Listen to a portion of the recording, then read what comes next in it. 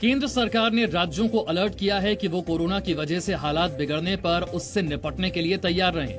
केंद्रीय स्वास्थ्य सचिव ने सभी राज्य सरकारों को चिट्ठी लिखी है, स्वास्थ्य सेवाएं दुरुस्त रखने के निर्देश दिए हैं ताकि संक्रमण बढ़ने पर इससे निपटा जा सके। जो मरीज कोरोना संक्रमित नहीं है उनकी अनदेखी न करने के निर्देश दिए हैं। देश में कोरोना संक्रमित मरीजों की संख्या 30,000 के करीब पहुंच गई है।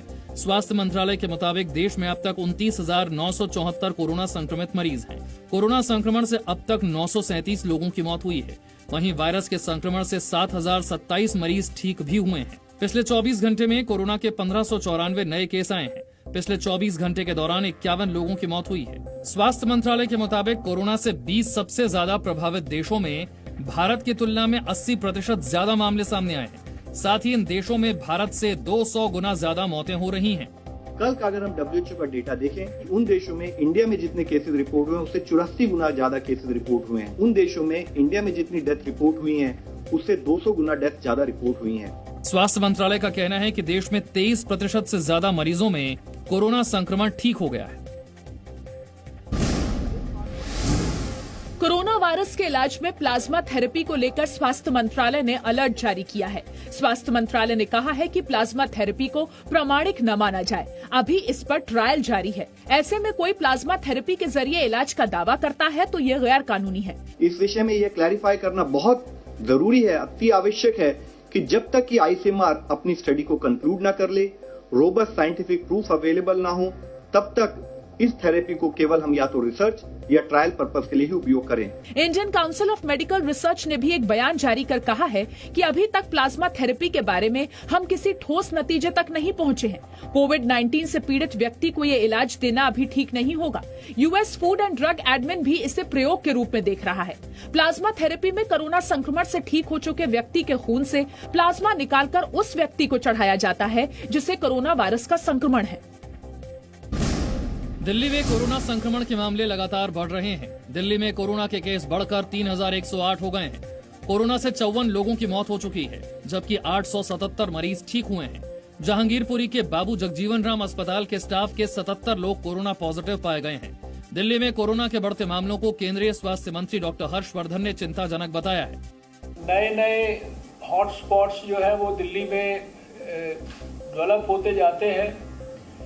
हर रोज हॉटस्पॉट्स की संख्या बढ़ती जाती है। आज भी शायद हॉटस्पॉट्स की संख्या 96 और 98 के करीब इतनी हो गई है। दिल्ली के सफदरजंग अस्पताल में भर्ती CRPF के एक सब इंस्पेक्टर मोहम्मद इकराम की कोरोना से आज मौत हो गई। गृह मंत्री अमित शाह ने ट्वीट करके कहा, कोरोना संक्रमण से लड़ रहे CRPF के बहादुर सब इंस्पेक्टर मोहम्मद इकराम हुसैन के निधन की सूचना से काफी दुखी हूँ। वो अंत समय तक कोरोना महामारी से पूरी वीरता से लड़े। देश की सेवा और आंतरिक सुरक्षा के लिए उनका योगदान हम सभी देशवासियों को प्रेरित करता है। पूरा देश और केंद्र सरकार उनके परिवार के साथ है। इस बीच दिल्ली पुलिस की क्राइम ब्रांच के कांस्टेबल के कोरोना पॉजिटिव पाए जाने के बाद उससे जुड़े क्राइम ब्रांच के 15 लोगों को सेल्फ क्वारंटीन करने को कहा गया है। ये कांस्टेबल निजामुद्दीन मरकज से जुड़ी जांच टीम में शामिल था। महाराष्ट्र में कोरोना संक्रमण की रफ्तार कम नहीं हो रही। महाराष्ट्र में कोरोना संक्रमितों की संख्या 8,590 पहुंच गई है। महाराष्ट्र में कोरोना से 369 लोगों की मौत हुई है, जबकि 1282 लोग इलाज से ठीक हुए हैं। धारावी में आज कोरोना के 42 नए मामले सामने आए और 4 लोगों की मौत हुई। बढ़ते कोरोना संक्रमण को देखते हुए मुंबई पुलिस कमिश्नर ने अहम फैसला लिया है। 55 साल से ज्यादा उम्र के पुलिसकर्मियों को घर पर रहने का आदेश दिया गया है। मुंबई में 112 पुलिसकर्मियों में कोरोना संक्रमण की पुष्टि हुई है। कोरोना संक्रमण से मुंबई में 3 पुलिसकर्मियों की मौत हुई है। 8 पुलिस वाले इलाज से ठीक भी हुए हैं। वहीं महाराष्ट्र सरकार ने कोरोना वॉरियर्स पर हमला करने वालों को जेल भेजने की बात कही है। महाराष्ट्र में अब तक 153 जगहों पर पुलिस पर हमला हुआ है। मैं चेतावनी देना चाहता हूँ कि महाराष्ट्र में जहाँ भी हमारे पुलिसकर्मी के ऊपर, हमारे डॉक्टर्स, हमारी नर्सेस, इनके ऊपर जहाँ भी हल्ला होगा उनके ऊपर कड़ी से कड़ी कार्रवाई की जाएगी। पुणे के हॉटस्पॉट इलाके की झुग्गियों से 20,000 लोगों को शिफ्ट किया जाएगा। सोशल डिस्टेंसिंग का पालन न होने की वजह से लोगों को दूसरी जगह पर रखने का फैसला किया गया है। उत्तर प्रदेश में कोरोना संक्रमितों की संख्या 2000 के पार पहुंच गई है। राज्य में अब तक कोरोना के कुल 2043 मरीज हैं। अब तक 31 लोगों की संक्रमण से मौत हुई है, जबकि 400 लोग इलाज से ठीक हुए हैं। वहीं गौतम बुद्ध नगर में पिछले 24 घंटों में 5 नए मामले आने के बाद संक्रमितों की संख्या 134 हो गई है। इस बीच गौतम बुद्ध नगर के हॉटस्पॉट इलाकों में बैंकों ने पैसे की निकासी के लिए डोर स्टेप डिलीवरी का इंतजाम किया है। उत्तर प्रदेश सरकार अब लॉकडाउन की वजह से मध्य प्रदेश में फंसे मजदूरों को वापस लाएगी। योगी सरकार की तरफ से दी गई जानकारी के मुताबिक मजदूरों की वापसी की प्रक्रिया 29 अप्रैल को शुरू होगी। इससे पहले राज्य सरकार हरियाणा में फंसे मजदूरों और राजस्थान के कोटा में फंसे यूपी के छात्रों को घर वापस ला चुकी है। प्रयागराज में रहकर प्रतियोगी परीक्षाओं की तैयारी करने वाले लगभग 10,000 छात्र छात्राओं को उनके घर पहुंचाया जा रहा है। मुख्यमंत्री योगी आदित्यनाथ ने आज कोटा से वापस लौटे छात्रों से वीडियो कॉन्फ्रेंसिंग के जरिए बातचीत की। अभी देश के अन्य भागों में भी जो भी उत्तर प्रदेश का वासी है उसे सुरक्षित लाने की कार्रवाई और उनके स्वास्थ्य परीक्षण की कार्रवाई भी युद्ध स्तर पर पूरी उस पर हम लोग यहां पर कर रहे हैं। गुजरात में कोरोना संक्रमण लगातार बढ़ रहा है। 164 मामले सामने आए हैं। अब सिर्फ अहमदाबाद में ही 2,543 लोग कोरोना संक्रमित हैं। गुजरात में कोरोना संक्रमित मरीजों की संख्या 3,548 हो गई है। गुजरात में अब तक 162 लोगों की मौत हो चुकी है, जबकि 394 लोग इलाज से ठीक हुए हैं।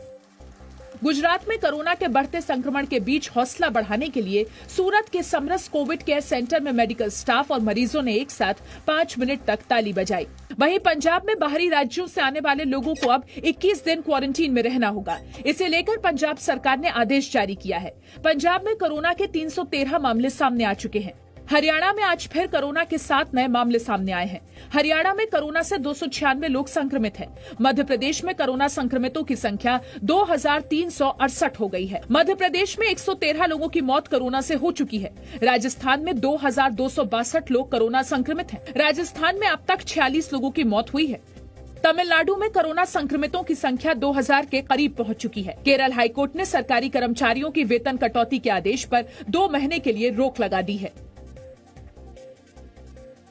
मानव संसाधन विकास मंत्री रमेश निशंक पोखरियाल ने राज्यों के शिक्षा मंत्रियों के साथ वीडियो कॉन्फ्रेंसिंग की।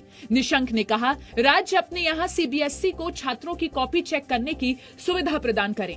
एनसीईआरटी की किताबें राज्यों को भेजी जा चुकी हैं, जो जल्द ही छात्रों को मिल सकेंगी। स्कूल खोलने पर छात्रों को संक्रमण से बचाने के लिए गाइडलाइंस भी बनानी होंगी।